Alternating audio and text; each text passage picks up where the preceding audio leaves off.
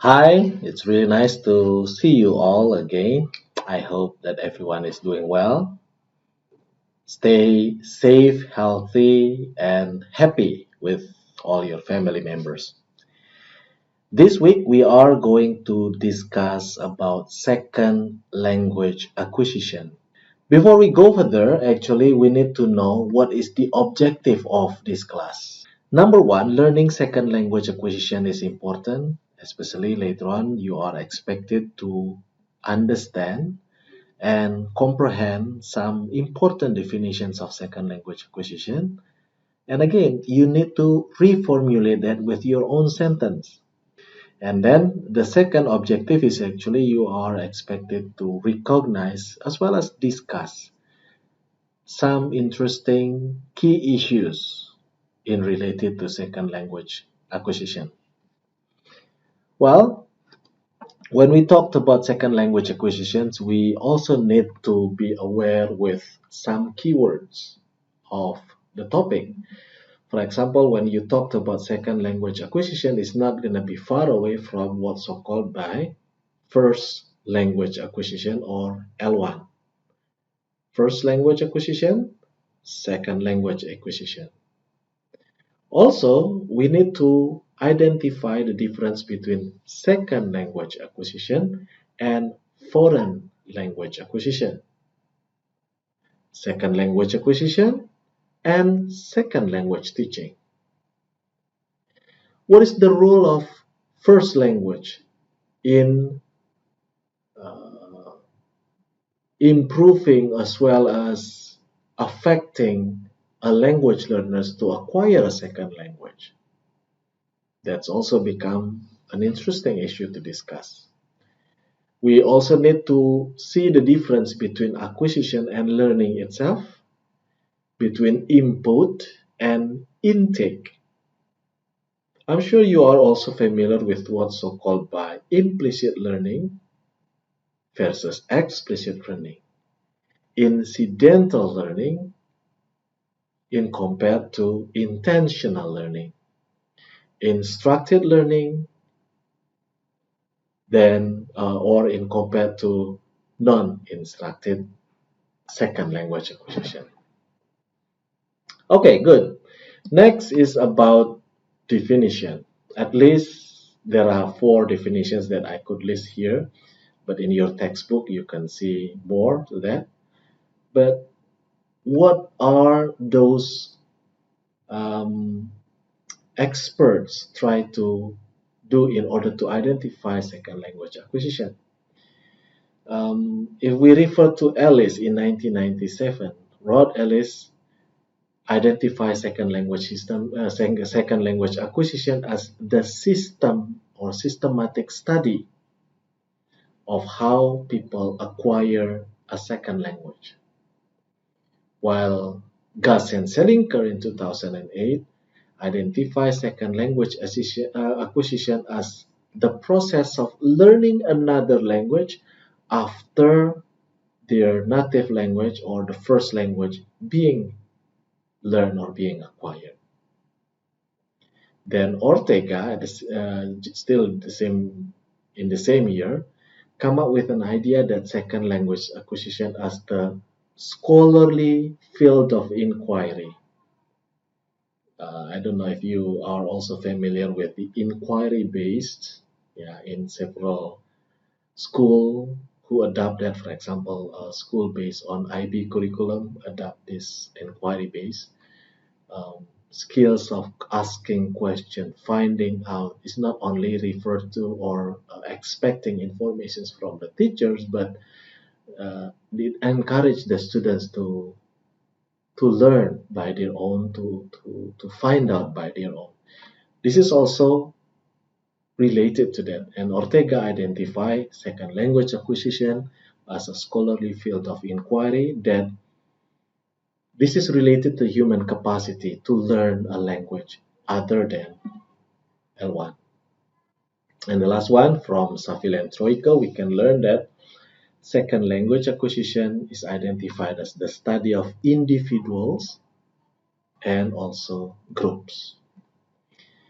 Well, Besides the definition, we also need to learn some or informations related to the history of second language acquisition.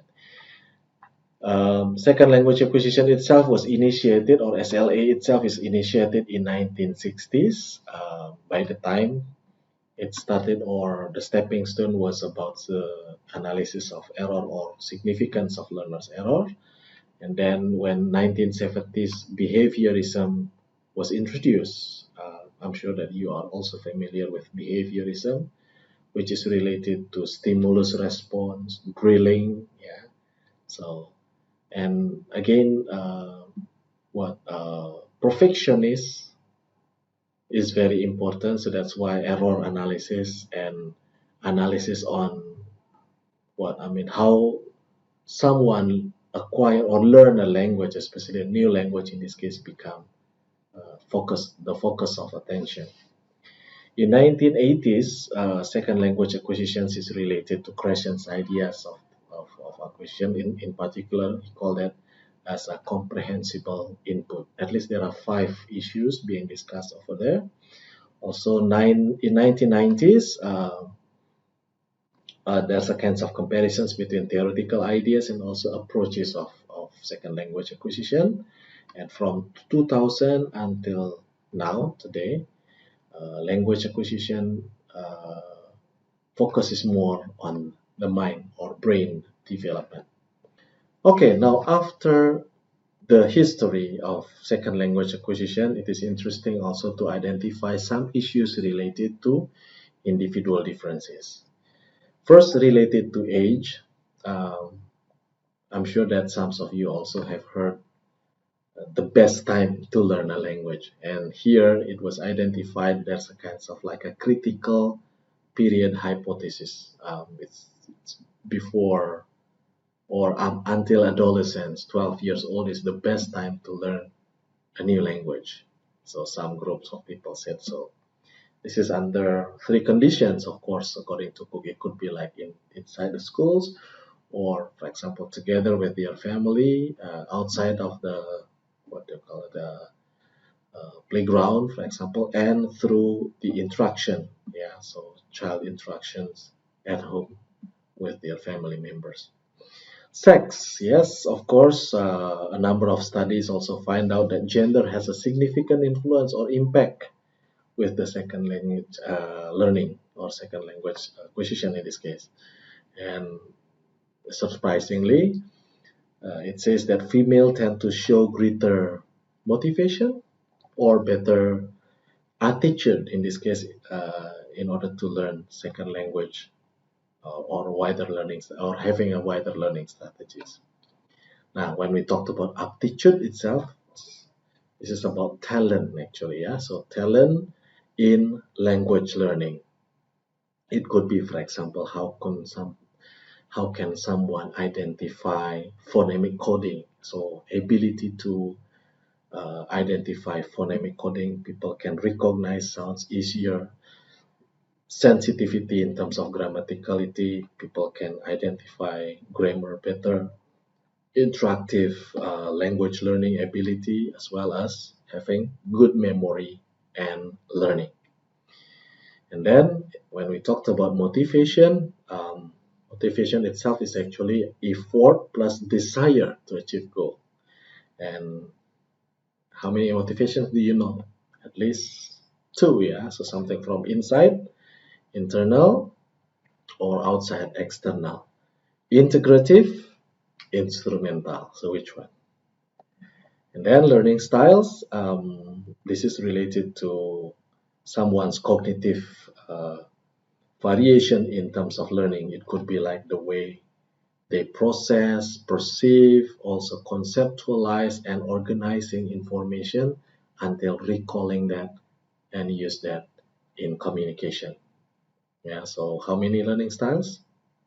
Kinesthetic, auditory, yeah, some others, of course.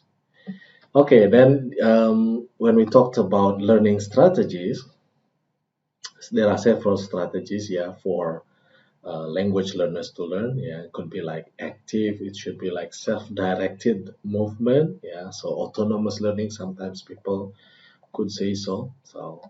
And here, O'Malley and Shamot in 1990s come up at least with three types of strategies. So cognitive, which is related to human's brain, yeah, metacognitive, yeah, so that's also something not only brain but something which is related to what between awareness and subconsciousness, yeah, something that we conscious and subconscious of learning, and also social as well as affective strategies. And finally, personality. When we talked about personality, it will allow human being to have variety in their learning experience. For example, when someone's become extrovert in compared to introvert, how can they acquire or get the language better? Self-esteem, inhibition, risk-taking, yeah, I mean that um, courage in order to take risks, and also probably anxiety. Yeah, when you feel anxiety, probably it also influence someone to or a certain language learner in order to acquire the language. Good. Now let's move to issues related to linguistic approaches. At least there are one, two, three, four, five, six ideas being discussed here: contrastive analysis, error analysis, interlanguage monitor model, universal grammar, and functional approach. Which one are you familiar? Yeah, probably in our discussions we would like to touch all these issues a little bit more detail so that you can have better notion about these terms then. Okay, when we talked about contrastive analysis, mostly it's about comparisons between first language and second language.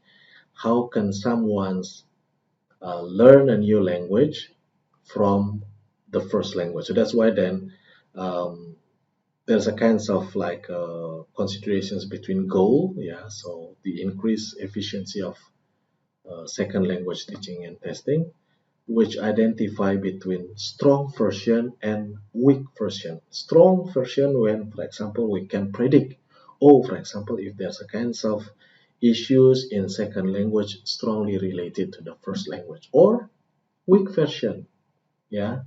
In this case, it's actually the process of comparing languages, yeah, is done just after actual problems probably occur. It's not directly. It's not. We cannot identify that right away.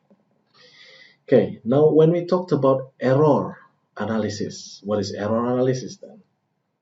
So, error analysis focuses on errors being made by second language learner. But honestly, when we talked about error analysis, it's not being popular anymore at the moment because many researchers they identify more to the competence rather than identifying the errors. And when we talked about errors, at least there are how many of them? There's what's so-called by performance errors. Yeah, so errors made by language learners when they feel tired or hurried. So that's a performance. Instead of performance, there's what's so-called by competence errors. So which is related to inadequate time for language learners to learn. Yeah, so they don't have enough time to learn, so then they have problems with the competence. Besides performance and competence error, there's also what's so called by local errors and global errors. Which one is that? Yeah, so local, probably it will not influence the communication, while global, it will bring some impact on the communication. Interlanguage. What is interlanguage? Yeah. In 1972, Selinker come up with an idea that the intermediates reveal that intermediate states of learner's language as it moves towards the second language, and there are some characteristics being considered when we talked about interlanguage. For example, like systematic, dynamic, variable, and reduced system, which is related to the form and functions of the language. Next is the monitor model, as I mentioned before. This is from Krashen, and monitor model also identify or has five important issues, and this monitor model was derived from Noam Chomsky's ideas that who said that human being has a kind of black box. This is in their brain. I mean, this black box enables someone to learn a new language. Chomsky said that as the language acquisition device. So LAD, language acquisition device. Question itself come up with at least 5 hypotheses here. So that's what's so called by acquisition learning. So when we talked about second language acquisition, what's so called by acquisition, what's so called by learning. So in general, acquisition should be unconscious, happen unconscious, while learning has a conscious aspect. So this one, hypothesis related to something which is conscious and unconscious. Monitor hypothesis, the second one. Natural order hypothesis, input hypothesis, and affective filter hypothesis. And finally, the second last is actually universal grammar. Again, this is related to the black box or the device or language acquisition device that Noam Chomsky identified in human being that allow people to learn a new language. And according to Chomsky, universal grammar here is about what? Is to constrain the form in which grammar of individual language can take, and that will include like some principles that are generally true across the languages. So when you want to learn a new language, even though it is totally new for you, for example, you want to learn Russian, that by having or realizing this universal grammar will ease you to understand the context of grammar. Next time we probably can discuss that in related to syntax, so which is close to that. And when we talked about universal grammar, that's what's so called by principles and also parameters. Principles related to the universal features of all languages. So what's the principles? And parameters is the rules of particular language. Last but not least, it's about functional approach. So when we talked about functional approach, that will be two main issues. So systematic linguistic and functional typology.